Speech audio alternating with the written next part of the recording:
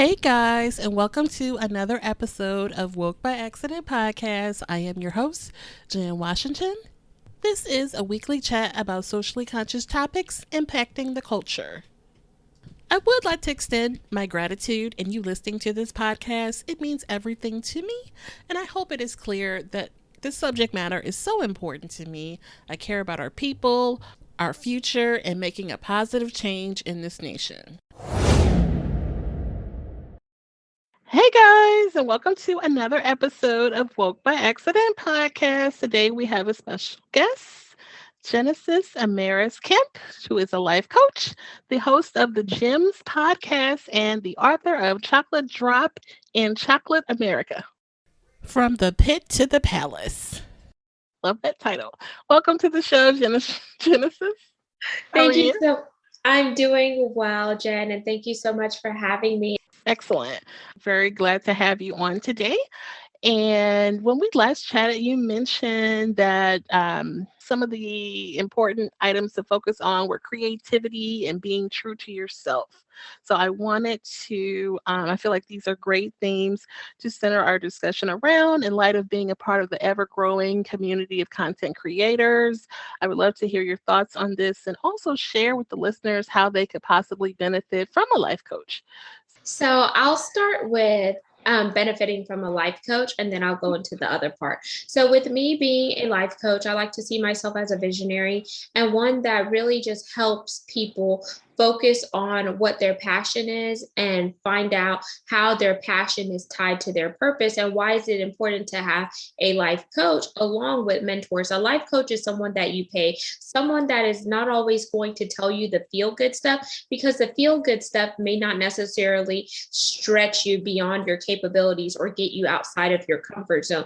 They're going to tell you what you need to hear, even though you may not necessarily want to hear it because they see the potential in you, but maybe you are playing it too safe because you're allowing imposter syndrome, limited beliefs, doubts, or maybe fears to hold you back, when in actuality, you already have the necessary tools and resources you need. You just need to put the action behind it. And as you are putting the action behind it, you are taking those steps to secure a bigger, better, and brighter future for tomorrow. But you need somebody to push you into your destiny, to accelerate you, and to call you out whenever you feel like, oh man, I'm not going to do it. Because remember, you are your biggest asset and you are actually your brand. There's only one you, and that's a great thing because no one else can operate in your lane or do what you do. And that's why each one of us is uniquely created. And that's why it's so important to have a life coach.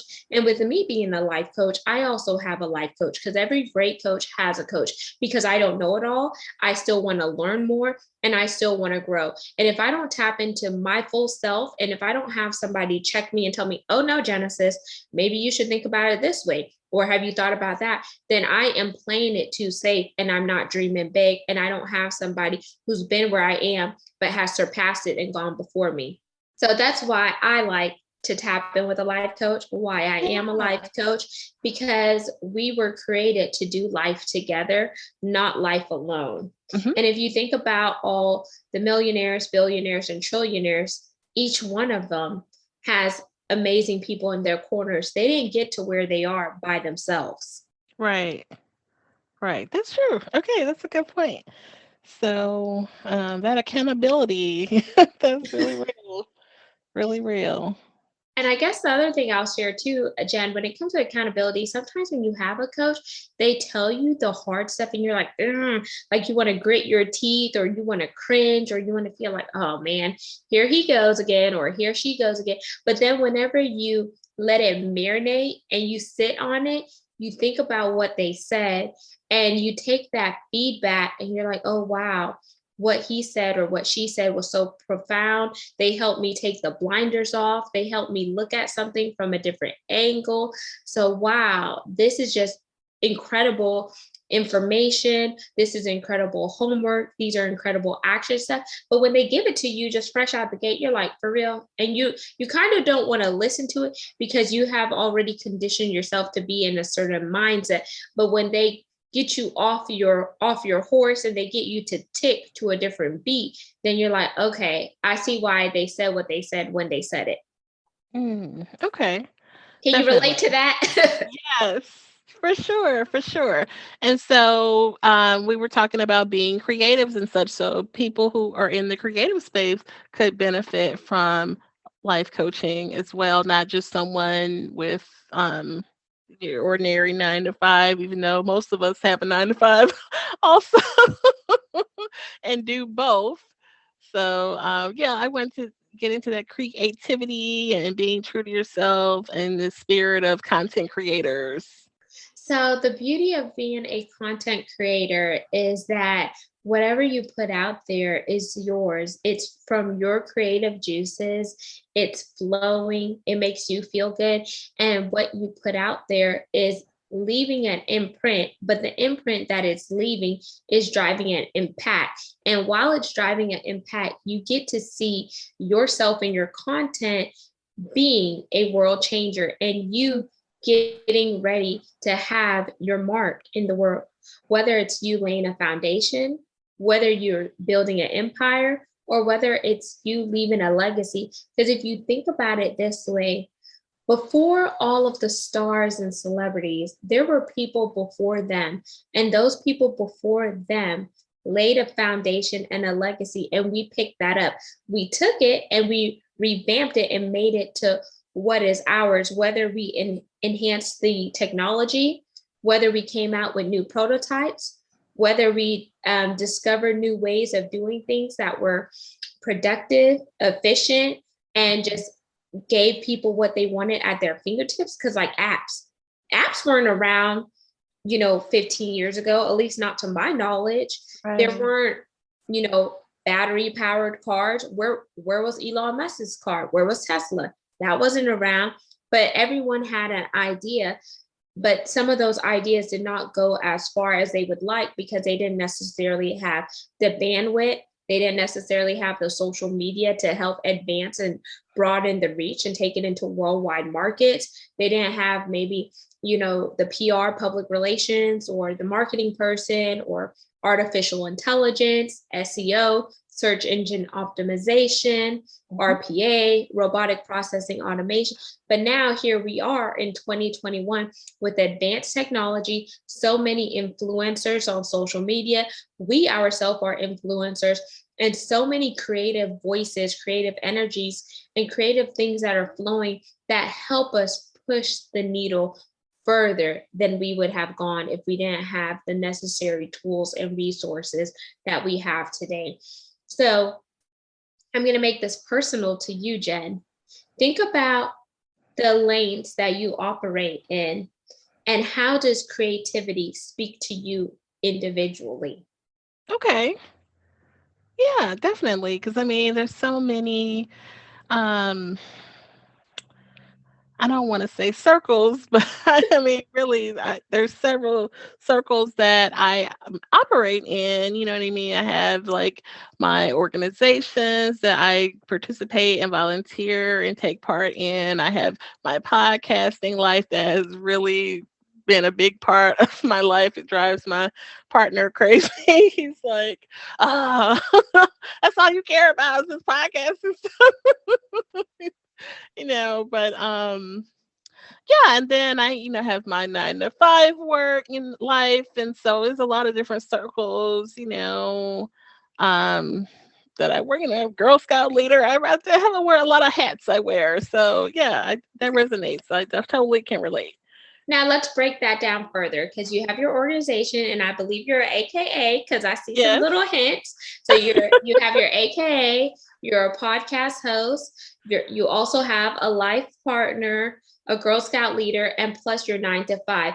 In each of those different lanes and avenue that you're in, there is one Jen, one voice. Your voice is unique to you.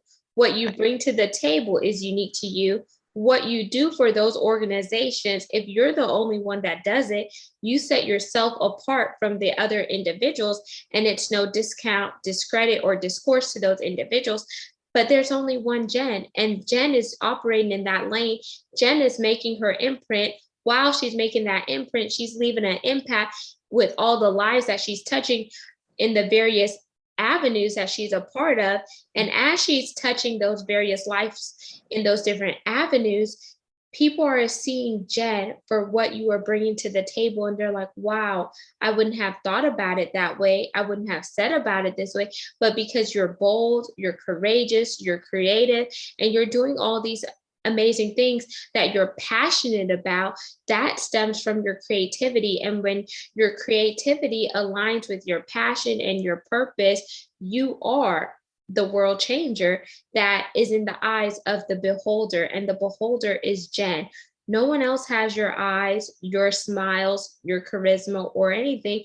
Because if that were true, then they would be a robot and they would be a clone to Jen. But there's only one you. Right. Definitely. Definitely. So So, that, you know, makes a good point. I mean, you definitely have to be true to yourself, and recognize the value that you can bring. We were talking about that in some of our podcasting groups that one young lady is doing very well with her podcast, but she's, may not, she says, I don't look like the Instagram girls you see, but I'm still an influencer. I'm like, you don't have to look like the Instagram girls. yes. So yeah, totally. And it's funny that you say that, because I feel like social media is a blessing and it's a curse in itself, because when people try to measure up what someone else is doing, then your gifts and talents get a bit stale and stagnant, because you are trying to compete with someone else who is running their own race and in a lane by themselves, when in actuality you are in a lane by yourself. And if you stop trying to compare, but you look for ways to complement and collaborate, you wouldn't worry about, oh, I don't look like the social media influencer, or my voice doesn't sound like that, or ooh, I hear too many oohs, ahs, and ums in my podcast, because your audience may very well be different from their audience, and that's okay. You're both influential, no matter where you're coming from, because each one of us has our own tribe, and we're bringing our authentic, whole, and complete self to the different platforms and areas that we're plugged into. Definitely. I agree. Definitely. And so I wanted to get some information about how you got started and what your inspiration was. You mentioned when we were talking before that you spent 15 years in corporate. We talked about how a lot of us do both the 9 to 5 and have our creativity. Well, you took the leap and you stepped out and started your business. And what was the inspiration and what was it like for you? Sure. So I'll go back where it all started. So I got involved in corporate America as a way of co-op in high school. So my first job was real estate. I was a Mhm. I was assistant to a broker for Remax Preferred Homes, did that job for about 4 months, up until, back in 2008, 2009. We all know what happened with the market. People weren't buying houses, everything kind of tanked. So I needed to find another job quickly. Then I went to the cancer center, where I was assistant. I worked at the front desk and I prepped all the room for cancer patients and et cetera. I loved that job Hmm. because I always wanted to go to medical school. But when I was in school at college, I was a psychology major because I was going to use that to segue into medical. But it's Okay. like sometimes we have our plans and God laughs because he has something else in store for us. Mhm. So I got laid off from that job because they built a new state of the art facility close to my house. A lot of our cancer patients started to go there because they had advanced technology and etc. So then I was like, oh my gosh, what am I going to do? So that's when I stumbled into oil and gas, and I started with a small corrosion company where I started as an imaging clerk, worked my way up to project coordinator. Then I went on to be a HSE assistant, which is health, safety, and environmental. Then I became a HSE manager. So, and once you make it up to the totem pole, there's glass ceilings, especially if Mhm. you're a young African American woman in a male dominated field where people don't necessarily look like you, then it's hard. And that's what happened to me. So then I said, you know what? Been here for 4.5 years. My salary's capped out. I'm now in a management position. So now I want to go play with the big boys. I want to swim in the ocean, not just a pond, but the ocean, y'all. So then I applied at different Fortune 500 companies, got an offer with 3 different ones, went to the one with the lowest salary, y'all. I know it's crazy, but I had prayed about it at the time. I was going to an apostolic church. My parents told me to take the lower paying job because the company was branded by association. I had to start all the way over in my career at the bottom as an administrative assistant. So that was a big slap in the face, but I had to learn how to humble myself, because sometimes Mhm. you can't act like your poo doesn't stink. You have to humble yourself and take what you could get whenever you're trying to get inside a big corporation where people don't necessarily know you. You know what you bring to the Mm. table, but they don't know you. So I started Right. as an administrative assistant. Then I went on to be a raw material coordinator. Then from there, I went on to do trade regulations and compliance coordination. And it wasn't until the door was forced shut. And when I say the door was forced shut, it was last year in the pandemic. There was over 1,900 employees that were laid off. I Oh was in wow. the layoff pool. You could either do a voluntary layoff or involuntary layoff. I'm so glad I was in the involuntary layoff because I was able to get my pension. I was Mm. able to get my severance, all my vacation time, and some. If I were to do it another way, I would have left money on the table and etc. And that is what really pushed me into the entrepreneurship bucket, because I wanted to leave. But y'all, the pay was so good when you're working in oil and gas, the benefits, whenever you get up to a certain level and they send a limo to your house to pick you up for the airport, you have Oh Emerald wow. Isle status where you could just go down the aisle, pick whatever car you want to drive, the perks of staying in different hotels and a Oh corporate wow. Amex card and all of those things.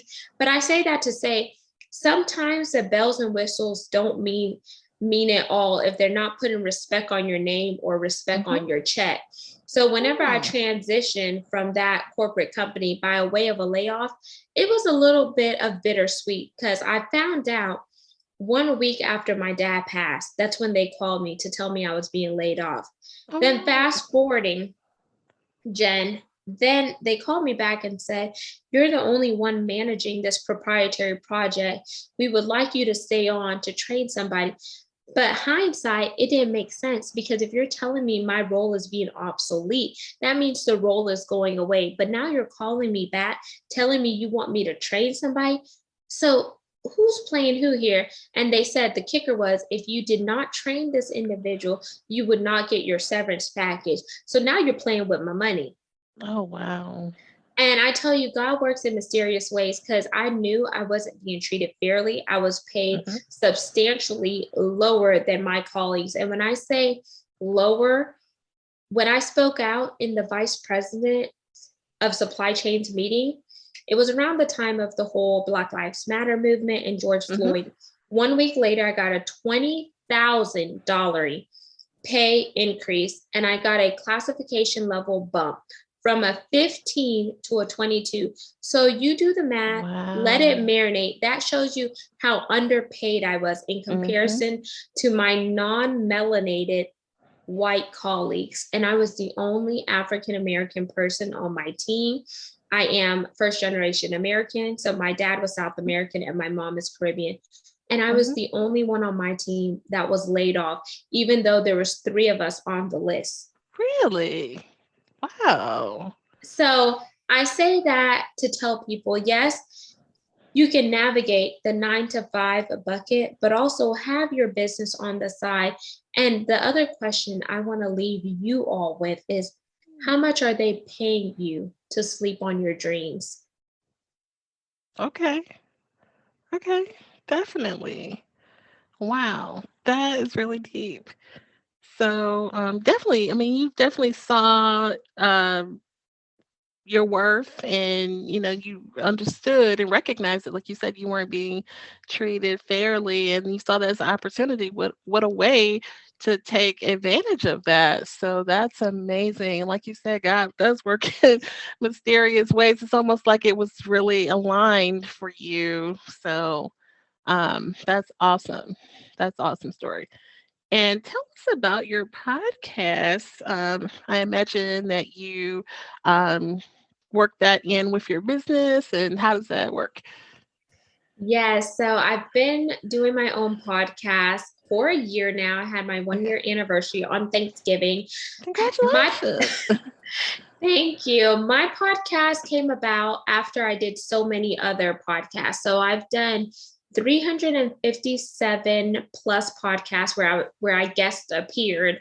Oh, wow. And then during that time of doing other people's show, I kept hearing the feedback, the reoccurring feedback. You should do your own podcast. You should start your Hmm. own podcast. And I said, no, I have fun doing other people's show and guest appearing. And it wasn't until I was a podcast host for three different CEOs that paid me to host their podcast, where I said, you know Mm. what? I'm doing it for CEOs. I could do it for myself. So I had my start ugly moment. I took a podcast that I did a while ago and I asked the lady who I collaborated with, I said, can I share my gun violence poetry piece on my podcast? I just want to start something and do a beta testing because I didn't know if it was going to stick. So I put it out there and so many people resonated with it. And then I just started Mm. with solo episodes where I would just talk into the mic, Jen, and it was therapeutic for me because during that time, it was right when my dad passed away. And I kept hearing, oh, honey, he's in a better place. Or, we live to die. Or, honey, it's okay, it's okay. Or they would just say all these cliche things when in Mhm. actuality, I'm like, you don't really know how I feel because you haven't lost a parent. Your mother and father are still living. So how can you tell me I know how you feel when you haven't buried a parent? Wow. I'm sorry for your loss. I actually had lost my father in 2015, so yeah, I understand and can recall hearing some of those things. Sometimes people don't know what to say, and they say some things like that. So, but yeah, we had an outlet to share, and so you got a good response, or you pivot, or how did you? So Um, I got a good response, got a lot of feedback from the solo episodes. And then it was like in the wee night or something, God just told me, like, you're going to start interviewing people. And I was like, disobedient. I was like, no, I'm not. And I just kept hearing, it felt like it sounds crazy, but it felt like I was talking to God and he was talking to me and we're in this power struggle. And then I was like, okay, fine. It was just weighing on me, like weighing on my heart. And then I just started to go back to all the requests because I had already started receiving requests from people who wanted to be on the podcast. And I just kept saying, no, no, no, I'm not interviewing people. I'm just doing solo episodes. And then I started to go back and the same people that had reached out to me, they were still around and they were still available to do a podcast. So when I started doing the interview segments, I started with those people who were persistently reaching out to me. oh wow, okay, that's awesome. That's awesome. Wow, and so okay, and so you're doing the life. So was the first business, was that the life coaching business or no? Or was that something different? Yes and no. Uh-huh. The reason why I say yes is because I had some friends that were already connected to me on LinkedIn with my other brand. And they said, hey, you give really good advice and you post really influential things. How much do you charge to be a coach? And at the first, I was like, oh my gosh, I have no pricing, no whatnot. So the first client, and I laughed, and we're still connected. I told her, oh, pay me $50 an hour. And when I told my coach that, he like laughed. He's like, $50 an hour. He's like, oh my gosh, like you literally gave away the cow and the milk for free. That's not good, huh? No, Some because folks are like, that's not good. I honestly had no idea what to do. Mhm. I just like putting out content and helping people and just to see how they use the advice and, you know, applied it. I was like, oh my gosh, this is so cool. I like it made me feel good. And then whenever I figured out my true worth and the value that I had to give to others and how they were, you know, taking that value that I was giving to them and making a ROI, return on investment. I was like, oh man, he's so true. I gave away multiple cows and multiple milk. Okay. Huh. That's why I say yes and no there. Yeah. Okay. And then what would be your advice for someone that wants to step out on faith and, go the entrepreneur route? I would definitely encourage them to find some informal and formal mentors, hire a coach, a business coach, a strategist, a branding person, depending on what line of business that you want to go into. And then also do your market research. See, based on the business that you want to go into, Google the top performers in that business. Google some of the ROIs, the return on investment, know your metrics, and etc. So that way, if they are competitors, you kind of know how to align yourself and your business. Even though you guys may offer different services, it's just always good to know what's out there in the market and how you measure up to those people.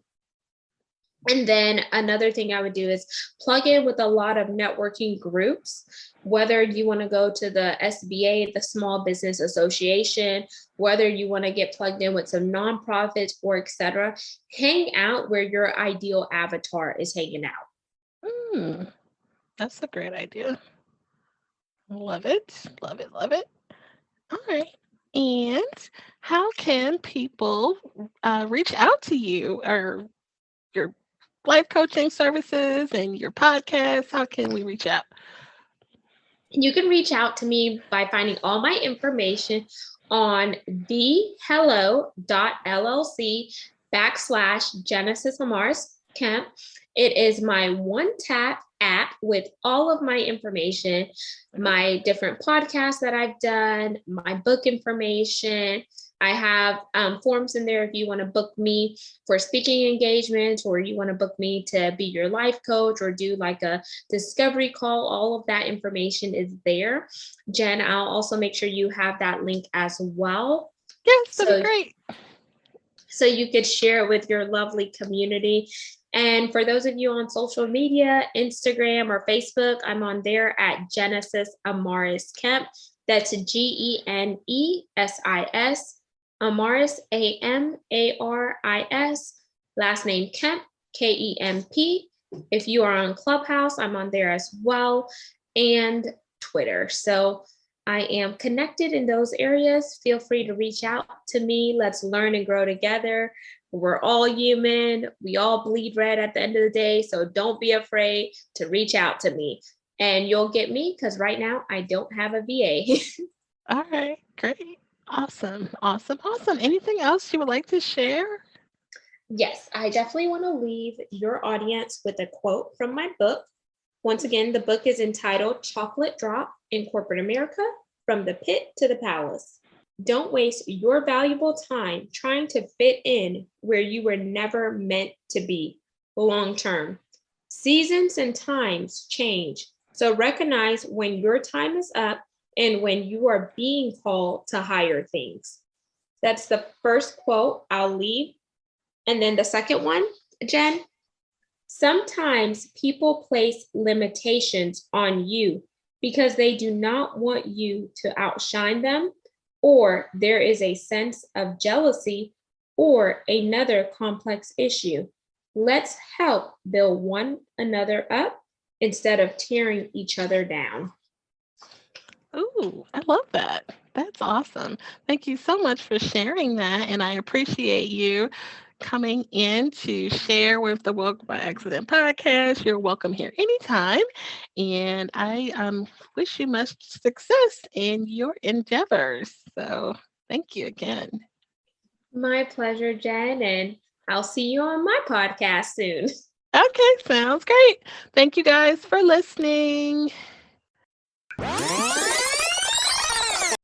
At this time, we are going to go ahead and conclude this episode. We do appreciate you listening. We do invite you to follow us on social media. On Instagram, it is Woke by Accident Podcast. On Twitter, it is Woke by. The Gmail is wokebyaccident@gmail.com. And we are available on all of your favorite streaming platforms. Please go out and follow us, share, leave a review, tell a friend. And every time you listen, we greatly appreciate it. Thank you again, and take care.